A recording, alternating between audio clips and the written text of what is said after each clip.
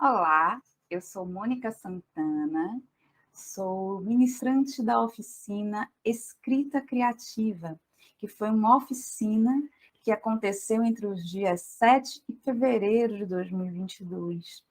Essa oficina integra, né, a oficina de escrita criativa integrou o conjunto de ações do projeto Crioula Laboratório de Artes Integradas, um projeto realizado por mim, Mônica Santana, junto com Priscila Fulô e Ramona Gaião. Nós somos arte educadoras, eu sou artista interdisciplinar, jornalista, pesquisadora em artes cênicas, Priscila Fulô, fotógrafa, Ramona Gaião, arte educadora e produtora cultural.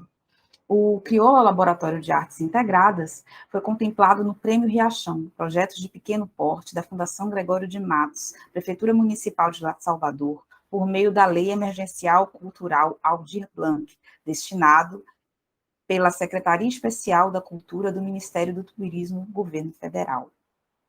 Nesse vídeo que você vai ver agora, eu vou compartilhar alguns dos conteúdos que foram apresentados na oficina de escrita criativa. Então, esse vídeo aqui é para estimular a você a desbloquear a sua escrita, e eu acredito que ele vale para além da escrita, mas para outras expressões artísticas. Vale para que você se engaje e se coloque em processo de criação. Bom, vou encerrar essa apresentação aqui e eu vou compartilhar um material que foi feito para a nossa oficina. Um material, um pequeno mural que vai te ajudar a ter ideias, a responder perguntas. Eu sugiro que, enquanto você assiste esse vídeo, você pegue um bloquinho de papel, caneta, coloque do seu lado, papel ou lápis, e se pergunte, se coloque as perguntas que eu vou apresentar aqui e tente respondê-las, tente observá-las. Vamos lá.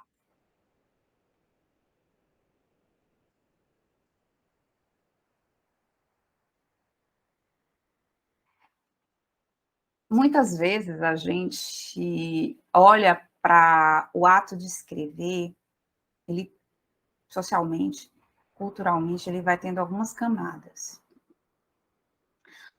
Para um enorme contingente de pessoas negras no Brasil, durante muito tempo, o ato da escrita, essa escrita, né, calcada na palavra, calcada na relação da letra, ela foi um espaço interditado. A leitura e a escrita, durante alguns séculos, foram espaços não autorizados, não permitidos a pessoas negras.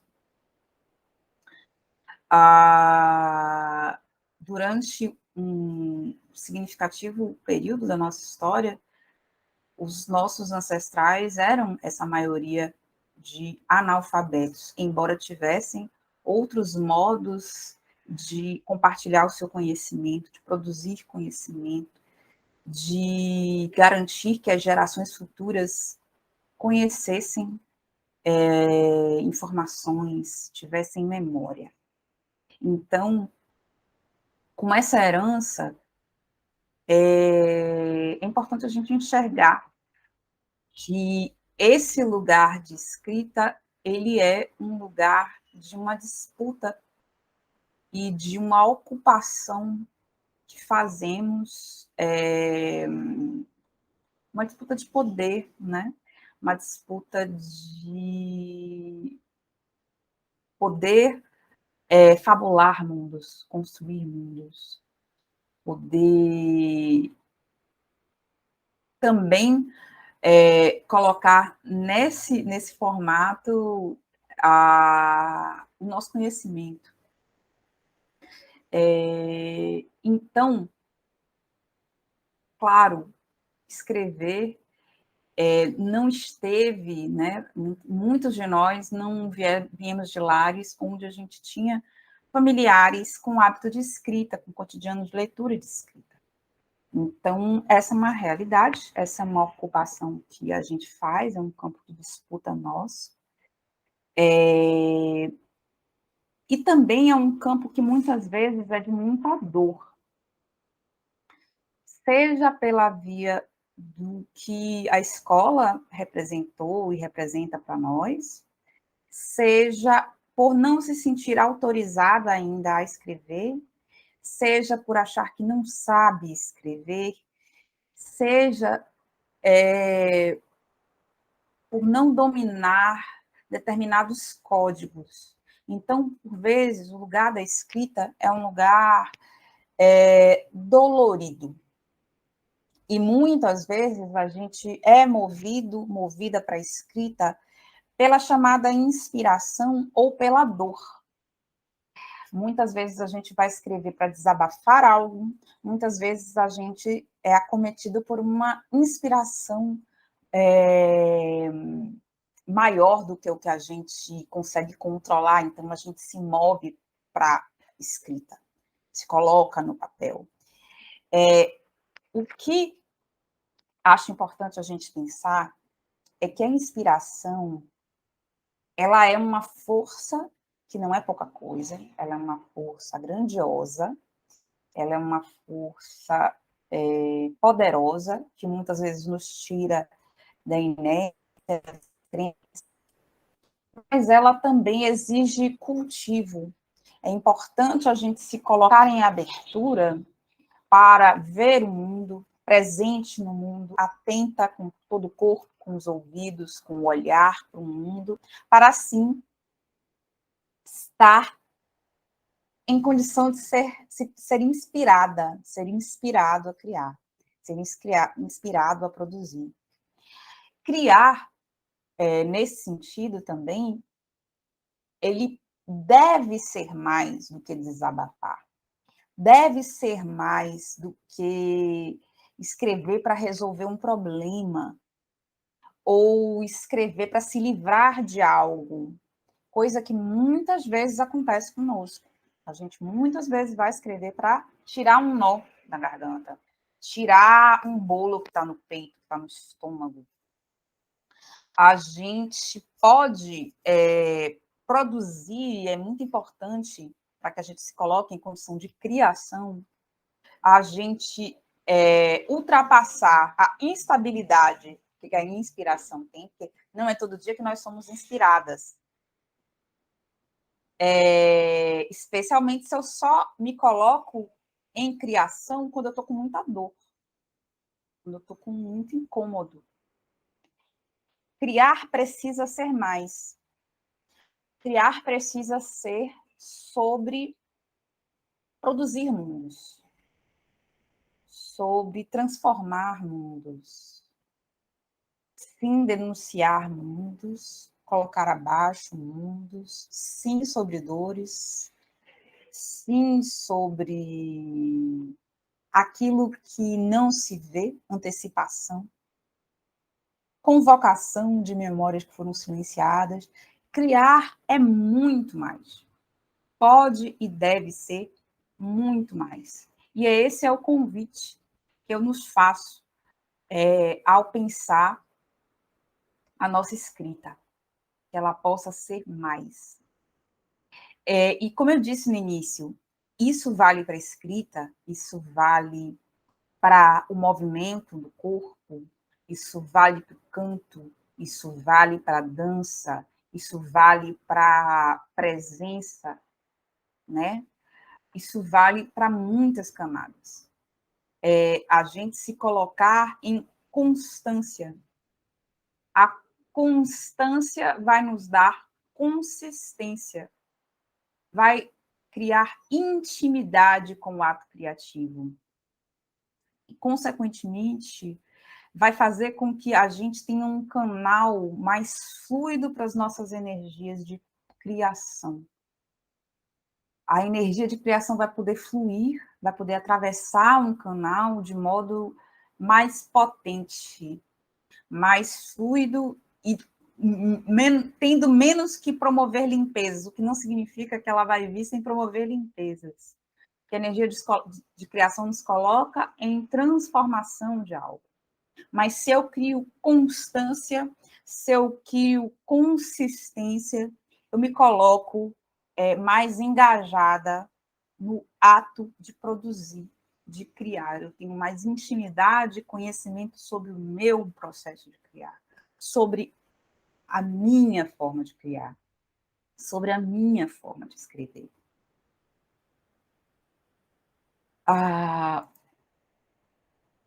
Opa! Nossa, eu comecei do fim, mas eu vou seguir aqui, porque eu acho que comecei do fim da apresentação, mas acho que isso foi potente. Criar é mais. Criar é agente ser humano em máximo estado de potência.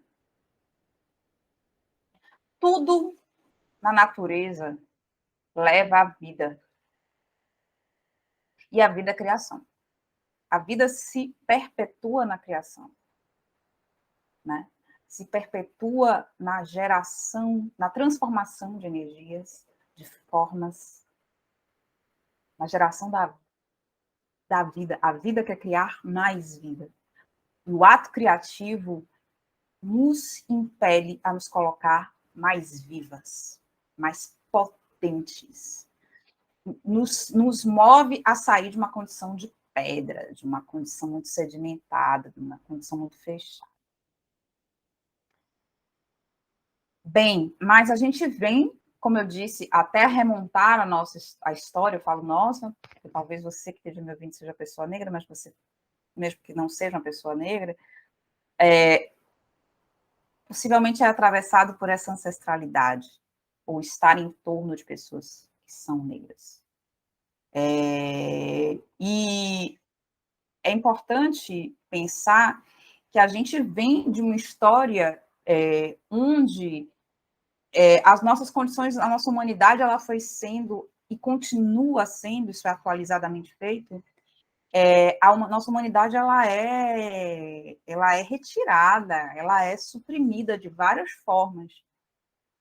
Né? A gente vive vários modos para nos deixar num processo de maquinização, mecanização.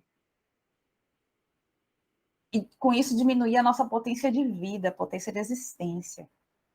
A força da criatividade ela é tão grande que, às vezes, ela precisa de poucos estímulos para acontecer. Então, sabe que são frases que eu tirei de alguns livros sobre a criatividade.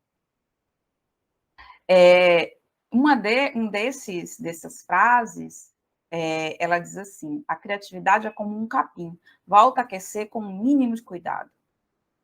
Sim. Às vezes, a criatividade pode ser aquela folha, aquela planta que emerge do cimento. Né? Quantas vezes a gente vê plantas furando as paredes, furando os cantos de concreto, a vida querendo acontecer.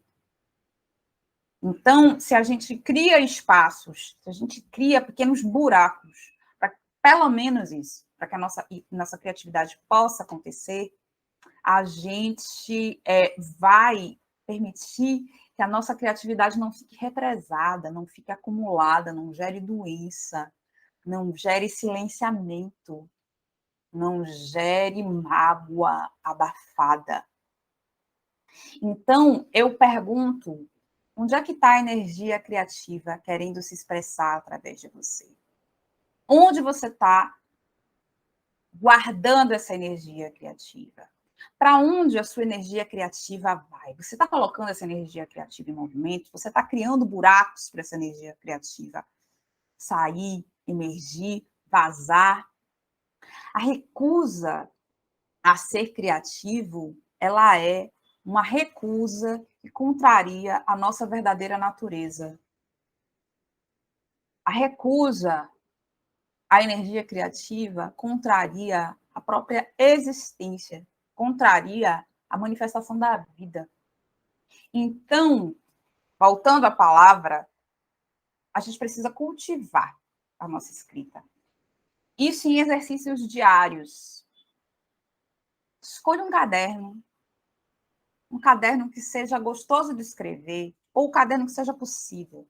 Mas se você pudesse se dar um caderno, que você se agrade de olhar para ele, que o papel seja gostoso, prazeroso de escrever, escolha um lápis, principalmente o lápis, que nos faz entender que é um rabisco, que é um rascunho, que não é algo que está pronto, que está acabado. Escolha um papel e um lápis e crie uma rotina de escrita. Atualmente, eu tenho feito as chamadas páginas matinais, que são escritas diariamente pela manhã. No máximo 3 páginas. Mas muitas vezes eu escrevo menos, na maioria das vezes eu não dou conta das 3 páginas por conta das urgências da vida. Mas diariamente eu escrevo pelo menos uma folha de papel do meu caderno. Um caderno, ó, assim. Pelo menos todo dia eu escrevo isso. Não é sobre ser genial, não é sobre ser incrível, não é sobre ser impecável. É sobre desbloquear a energia criativa. É sobre se colocar em movimento. É sobre cultivar. É sobre todo dia molhar aquela sua samambaia. E se você não molha, ela morre. A nossa criatividade é a mesma coisa. Ela precisa de cultivo para que ela possa se manifestar e nos colocar aonde a gente merece estar, aonde a nossa potência de existência de humanidade merece estar. Então, cultive diariamente sua escrita. Cultive, nem que seja um parágrafo. Escreva. Não é ainda sobre ser bom. Se você cria constância, se você cria consistência, você vai criar intimidade com o ato de escrever. Você vai, aí sim, desbloquear para que a sua expressão ganhe máxima potência e você, sim, possa conseguir produzir conteúdos de relevância. Mas, sem escrever cotidianamente, esses lugares de acesso se tornam ainda mais difíceis. Avançar um pouquinho mais. Aqui. Nesse ato de escrever, nesse caderno aí, que eu sugiro que você escolha, que você produza, e por isso o lápis é importante você entender que não é um texto que vai para algum lugar já. É um texto de cultivo, certo? Então, é um texto de molhar a terra, que pode sim sair daí conteúdos brilhantes que você pode colocar num blog, que você pode colocar numa postagem, que você pode colocar num livro, que você pode colocar num espetáculo, que você pode colocar numa performance. A plataforma para onde irá cabe e depende daquela expressão sua que é a mais potente. Mas essa escrita cotidiana, ela é esse colocar-se em movimento, ela é cultivo. Se você identifica nesse seu caderno conteúdos que têm potência, aí sim você pode colocar, você pode reescrever, você pode mudar, você pode juntar um bloco de um texto que está num lugar com um de outro, você pode alinhavar, você pode tudo o que você quiser. Mas esse convite para essa escrita cotidiana é uma provocação para que você se desbloqueie. Não é interessante, no ato criativo, você convocar a força da edição, que é uma força que nós, artistas, precisamos ter, mas que muitas vezes ela se manifesta na hora errada. Muitas vezes o editor, ou pior que o editor, o crítico, se manifesta antes de você se colocar em ato de criação. E o crítico te diz, julga que você não deve fazer, que está ruim, que não está bom, que você não é capaz, que não é para você. Você devia fazer outra coisa. A força crítica a gente tem que ter e ela é potente. Eu sou uma pessoa altamente crítica. Mas também, como pessoa altamente crítica, já deixei de fazer coisas que eu deveria ter feito por ser altamente crítica. Então, o convite é: se coloque em movimento, faça. Faça nesse lugar de intimidade. seu caderno, coloque ali.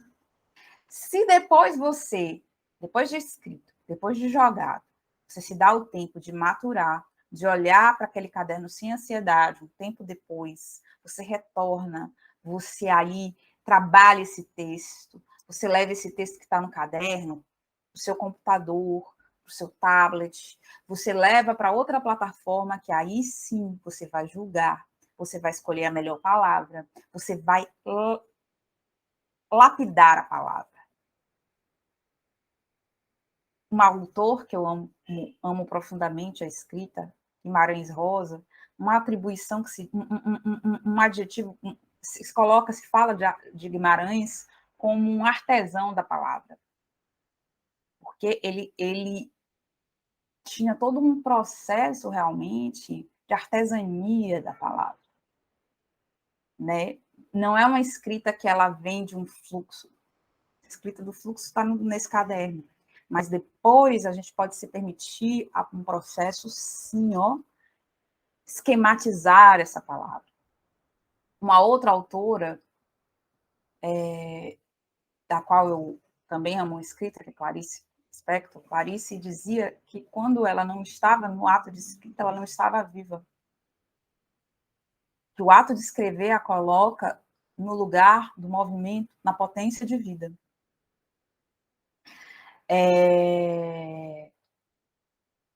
Assim, eu vos convoco a convocar a edição no momento certo, a arquitetura, a artesania no momento certo, mas se colocar em ato criativo é se colocar em potência de vida, em potência de expressão, e descobrir quais são os seus mecanismos, qual é o seu modo de produzir, de dizer, de criar.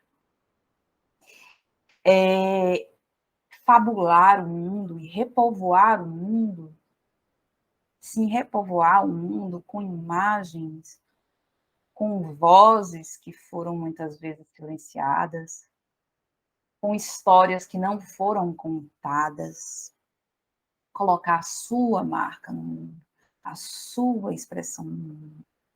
Não dizer que os outros digam por você, mas você dizer, você produzir, você colocar em movimento.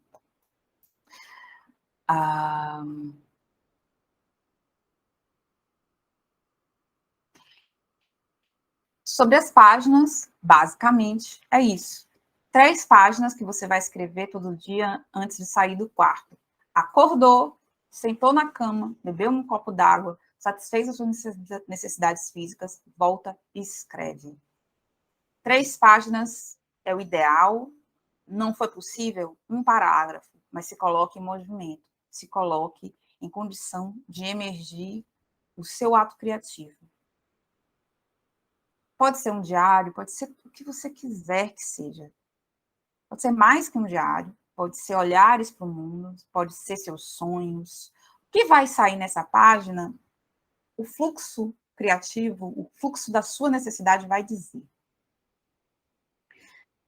Leia Carolina Maria de Jesus, leia o seu diário. Ali ela não está fazendo isso. Ela faz, inclusive, infinitamente mais que isso.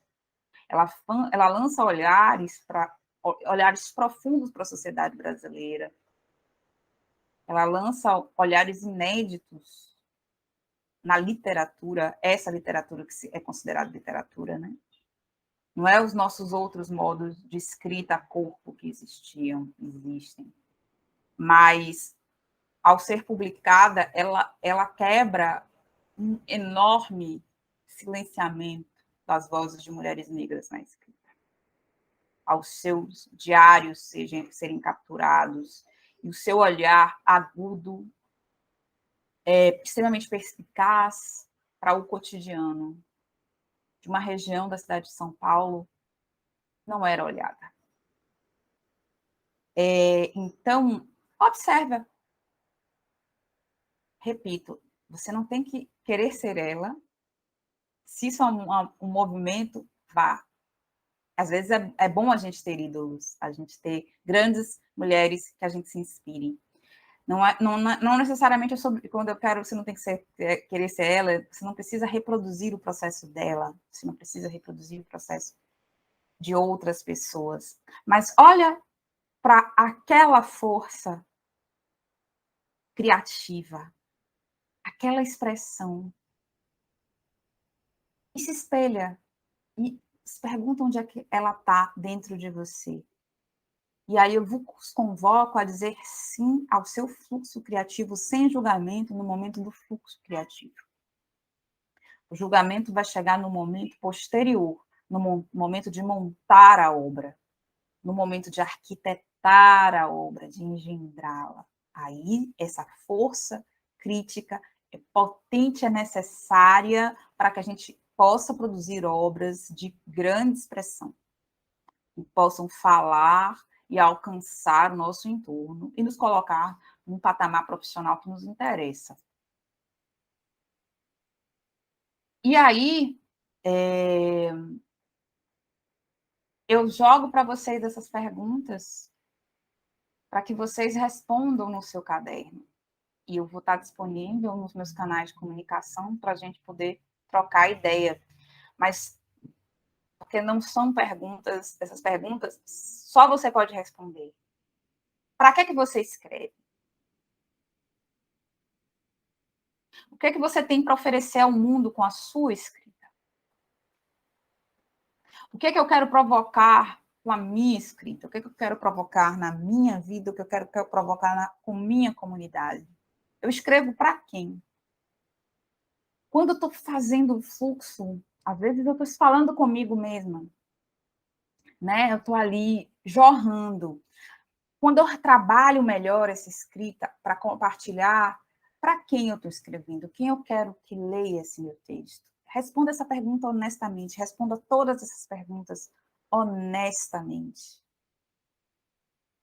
Eu ouvi